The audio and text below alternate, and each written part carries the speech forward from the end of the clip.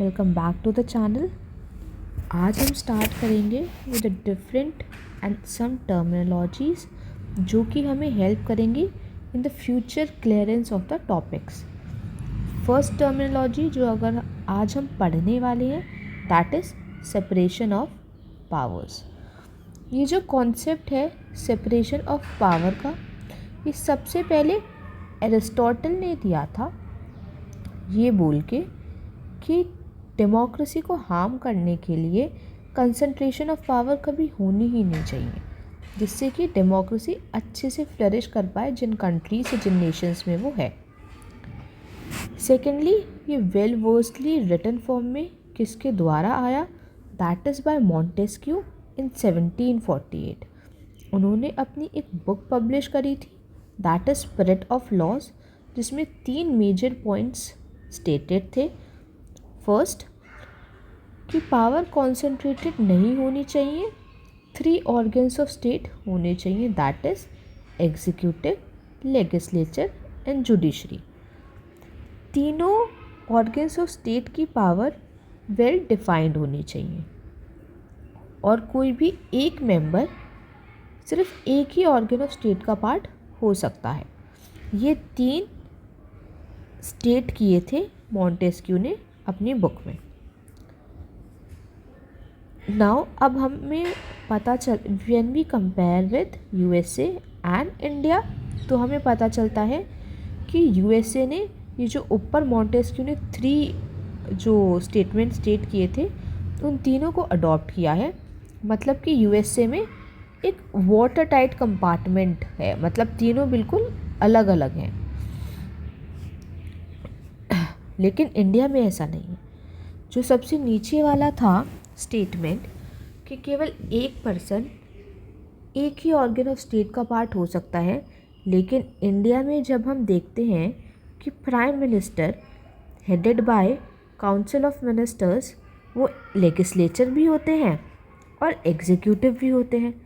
मतलब जो इंडिया ने अपनाया है that is diluted form of separation of power. ये हमें दोनों में डिफरेंस समझ में आया यूएसए और इंडिया में। इंडिया में कोई ऐसा वाटर टाइट कंपार्टमेंट नहीं है। इंडिया में ऐसा है कि जो इनफैक्ट इंडिया में मैंडेटरी है कि जो एग्जीक्यूटिव बनेगा उसको मेंबर ऑफ लेजिस्लेचर होना ही चाहिए। अगर कोई मिनिस्टर लेजिस्लेचर का पार्ट नहीं है तो उसको 6 महीने के अंदर बनना ही पड़ेगा, अदरवाइज ही और शी विल बी डिसमिस्ड। अब हमें ये तो पता चला कि इंडिया में diluted form of separation of power है, लेकिन हमने ऐसा क्यों किया? क्यों हमने अमेरिका को ही कॉपी नहीं कर लिया कि वहाँ जैसा है हम भी वैसा कर लें? Because every nation has different challenges. तो हम इंडिया के बारे में देखते हैं कि इंडिया में जैसे कि हमें पता है कि हमारे पास पार्लियामेंट्री फॉर्म ऑफ गवर्नमेंट है, कि अपने पास पार्लियामेंट है, लेकिन अमेरिका में प्रेसिडेंशियल फॉर्म ऑफ गवर्नमेंट है। इसका क्या मतलब हुआ कि जैसे अमेरिका में प्रेसिडेंट इलेक्ट किया जाता है 4 साल के लिए और सिर्फ उनको हटा सकते हैं through a procedure called as impeachment, otherwise उनको नहीं हटा सकते। और आज तक इन अमेरिका में कोई भी प्रेसिडेंट को इसके द्वारा हटाया ही नहीं गया है। लेकिन इंडिया में जो रोल प्रेसिडेंट का अमेरिका में है वही इंडिया में प्राइम मिनिस्टर का है। प्राइम मिनिस्टर का वही रोल है और प्राइम मिनिस्टर कब तक लोकसभा में बैठे हैं, जब तक वो वहाँ पे मेजॉरिटी इन्जॉय कर रहे हैं। जिस दिन मेजॉरिटी गई उस दिन गवर्नमेंट डिसमिस हो जाएगी। इसलिए कहते हैं कि जो प्रेसिडेंशियल फॉर्म ऑफ गवर्नमेंट है उसमें स्टेबिलिटी ज़्यादा है, लेकिन पार्लियामेंट्री फॉर्म ऑफ गवर्नमेंट में उतनी स्टेबिलिटी तो नहीं है, क्योंकि जिस दिन मेजॉरिटी गई गवर्नमेंट चली जाएगी, लेकिन अकाउंटेबिलिटी है। और इतनी बड़ी कंट्री में जहाँ इतने डाइवर्स ग्रुप्स ऑफ पीपल रहते हैं, वहाँ पे अकाउंटेबिलिटी एक मेजर रोल प्ले करती है रादर देन स्टेबिलिटी। इसका एक सेकेंड रीज़न है कि क्यों हमने डाइल्यूटेड सेपरेशन ऑफ पावर को अडॉप्ट किया, या फिर क्यों हमने पार्लियामेंट्री फॉर्म ऑफ गवर्नमेंट को अडॉप्ट किया। क्योंकि 1937 में इंडिया में इलेक्शंस हुए थे ठीक है। तो 39 लेकिन इलेक्शंस हुए थे और गवर्नमेंट बनी थी।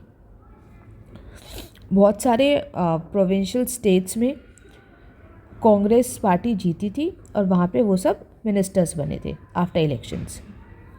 लेकिन उन सब ने रिज़ाइन कर दिया जब हिटलर ने अटैक किया पोलैंड पे और ब्रिटिशर्स ने कहा कि हम पोलैंड को सपोर्ट करेंगे without even asking the Indian ministers. तो उन्होंने कहा कि हम ऐसे काम नहीं कर सकते और सब ने रिज़ाइन कर दिया। तो इसी बेसिस पे डॉक्टर अंबेडकर जी ने बोला कि इंडिया ने ऑलरेडी टेस्ट कर लिया है स्टेट लेवल पे पार्लियामेंट्री फॉर्म ऑफ डेमोक्रेसी को, तो हम इसको ही आगे कंटिन्यू करते हैं यूनियन में भी। ये सेकंड रीज़न था।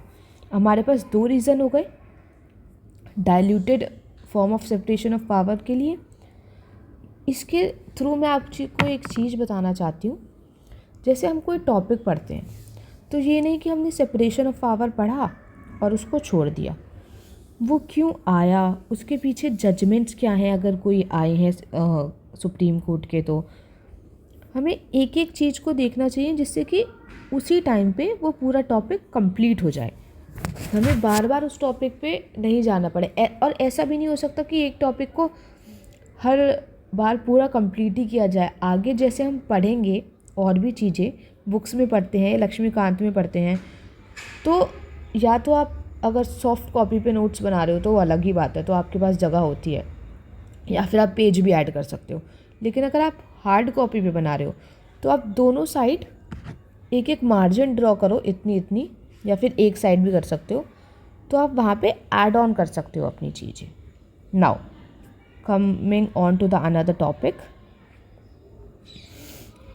इंडिया में क्या क्या प्रोविजंस हैं related to separation of power जो हमारे कॉन्स्टिट्यूशन में डिफाइंड हो। Now here comes, firstly we will start with article 50। इसमें क्या है कि जुडिशरी को एकदम सेपरेट होना चाहिए from executive in the public services of the state. Before constitution कैसा था कि जो हमारे डीएम या एसडीएम होते थे ना, वो परमानेंट एग्जीक्यूटिव के साथ साथ जुडिशरी की पावर को भी इंजॉय करते थे। लेकिन अभी ऐसा नहीं है। अभी सबॉर्डिनेट जुडिशल सर्विसेज के थ्रू एग्ज़ाम कंडक्ट होता है और वो वहाँ से अपॉइंट किए जाते हैं। सेकेंडली आर्टिकल 105, इसमें कोई भी डिस्कशन जो पार्लियामेंट में हुआ है या कोई भी वोट दिया गया है वो किसी भी कोर्ट में क्वेश्चन नहीं किया जा सकता है। ये डिफ़ाइन करता है कि कैसे लेजिस्लेचर अलग है और जुडिशरी अलग है। इसमें है फर्स्ट वाले में कि कैसे जुडिशरी अलग है, एग्जीक्यूटिव अलग है, कि जो हमने ऊपर पढ़े थे सेपरेशन ऑफ पावर्स जो हमारे कॉन्स्टिट्यूशन में डिफाइंड हैं, वो हमारे कॉन्स्टिट्यूशन के आर्टिकल्स हमें बता रहे हैं। उसके जैसे सिमिलरली आर्टिकल 121 एंड आर्टिकल 211 दोनों सेम है, जैसे कि ये सेंटर के लिए है और ये स्टेट के लिए है। सिमिलरली आर्टिकल 122 और 212 ये सेंटर के लिए है, ये स्टेट के लिए है। जो इसमें दिए गए हैं शब्द या वर्ड्स जो इसमें प्रेजेंट हैं दोनों आर्टिकल्स में सेम है, सेंटर स्टेट वाले में, बस उसमें स्टेट लगा दिया गया, उसमें सेंटर। जैसे कि हम देखते हैं जो कॉन्डक्ट ऑफ जजेस है ना, वो किसी भी लेजिस्लेचर प्रोसीडिंग्स में क्वेश्चन नहीं किया जा सकता। ये इंसुलेट करता है जुडिशरी को फ्रॉम अननेसेसरी क्रिटिसिज्म। सिमिलरली जो कॉन्डक्ट है जजेस का वो किसी भी स्टेट लेजिस्लेचर में भी क्वेश्चन नहीं किया जा सकता। मतलब लोकसभा और राज्यसभा में भी क्वेश्चन नहीं होगा और स्टेट लेजिस्लेचर में भी क्वेश्चन नहीं होगा। Secondly the proceedings of parliament cannot be questioned in any court on ground of irregularity। जैसे कि जजेस का कॉन्डक्ट क्वेश्चन नहीं किया जा सकता लेजिस्लेचर प्रोसीडिंग्स में, उसी तरीके से पार्लियामेंट की प्रोसीडिंग्स भी किसी भी कोर्ट में क्वेश्चन नहीं की जा सकती। सिमिलरली आर्टिकल 212 कि स्टेट लेजिस्लेचर की प्रोसीडिंग्स भी किसी भी कोर्ट में क्वेश्चन नहीं की जा सकती। ये दोनों ऑपोजिट हैं, सेंटर और स्टेट के।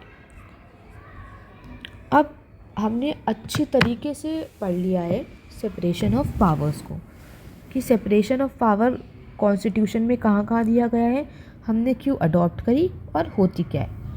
लेकिन क्या सेपरेशन ऑफ पावर ही है, हमारे पास एक doctrine of checks and balances भी है। डॉक्ट्रिन मतलब क्या होता है? डॉक्ट्रिन मतलब होता है कोई भी आइडियोलॉजी, कोई भी फिलॉसफी। जैसे कि हमारे पास doctrine of separation of powers है ना, कि सारे तीनों के तीनों ऑर्गन ऑफ स्टेट के पास अलग अलग पावर है, वैसे ही हमारे पास doctrine of checks and balances भी है, कि हालांकि तीनों के पास अलग अलग पावर्स तो हैं, लेकिन वो मिसयूज़ ना करें अपनी पावर्स को, इसलिए एक दूसरे के ऊपर नज़र या फिर ओवरसी किया जाएगा एक दूसरे ऑर्गन ऑफ स्टेट के द्वारा। इसे हम कुछ एग्जाम्पल्स के थ्रू समझते हैं, जैसे कि judicial review.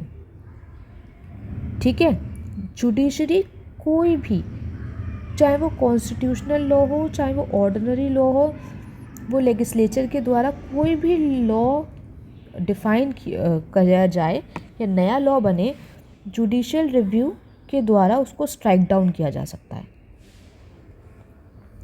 Secondly, checks and balances जो है एक्सरसाइज किया जाता है, जहाँ पे लेजिस्लेटर एक चेक रखता है एग्जीक्यूटिव पे। हम पार्लियामेंट में देखते हैं कि कितने क्वेश्चंस पूछते हैं लेजिस्लेचर एग्जीक्यूटिव पे, और एग्जीक्यूटिव जवाबदेही होते हैं, उनको देना पड़ता है जवाब। वैसे ही जुडिशरी में अगर हम देखें तो लेजिस्लेचर के थ्रू जजेस को रिमूव किया जा सकता है। और अपॉइंट कैसे होते हैं जजेस? By the president on the recommendation of executive. मतलब तीनों के अलग अलग पावर हैं, तो तीनों एक दूसरे के पावर्स में भी आते हैं, जिससे कि हमारा doctrine of checks and balances भी पूरा होता है। Now here comes functional overlap, कि काम किसी और का है, काम कोई और कर रहा है, this is called as functional overlap. अब हम कुछ बात करते हैं, जैसे कि मैंने पिछले वीडियो में भी आपसे पूछा था कि आपको ऐसे में टॉपिक बाय टॉपिक पढ़ाऊँ, पर इससे क्या होगा कि अपनी वीडियो थोड़ी लॉन्ग भी हो सकती है, या फिर क्योंकि अभी मैं थोड़ा पढ़ा रही हूँ, बाद में हम पूरा एक लेक्चर एक ही वीडियो में कंप्लीट करने की कोशिश करेंगे, पर उससे वीडियो क्या होगा, लंबी होगी। या फिर हम टारगेट बेसिस पे खुद से पढ़ें कि हमने इतना लेक्चर के थ्रू पढ़ा, और सिर्फ लेक्चर से काम नहीं चलेगा ना, अपन अगर बुक्स को सप्लीमेंट कर रहे हैं उसके साथ, तो हमें बुक्स भी कंप्लीट करनी पड़ेंगी। तो इतना टॉपिक हमने लेक्चर से पढ़ा, ये मेरे नोट्स हैं जो कि मैं पोस्ट में डाल दूँगी, और ये मैंने इतना topic Indian constitution at work से भी कंप्लीट किया। जब हम प्रेम्बल पढ़ेंगे तो उसमें अगले लेक्चर से हम प्रेम्बल स्टार्ट कर रहे हैं, ऑफ कोर्स उसमें सर्टेन वर्ड्स हैं, सॉवरेंटी, सेकुलर, डेमोक्रेटिक, रिपब्लिक, तो वो सारे वर्ड्स उनका क्या मतलब होता है, कैसे वो डिफ़ाइन होते हैं, कैसे क्या है, वो बहुत अच्छा दिया हुआ है पॉलिटिकल थ्योरी में, क्लास 11th की जो बुक है, वो हम वहाँ से पढ़ेंगे। तो मैं आपको वो टिक करके बताऊँ कि कितना कैसे पढ़ना है, या फिर ऐसे ही आपको पढ़ाती चलूँ। Please let me know this thing, जिससे कि मैं जैसा आप चाहते हो वैसा हो। Thank you everyone.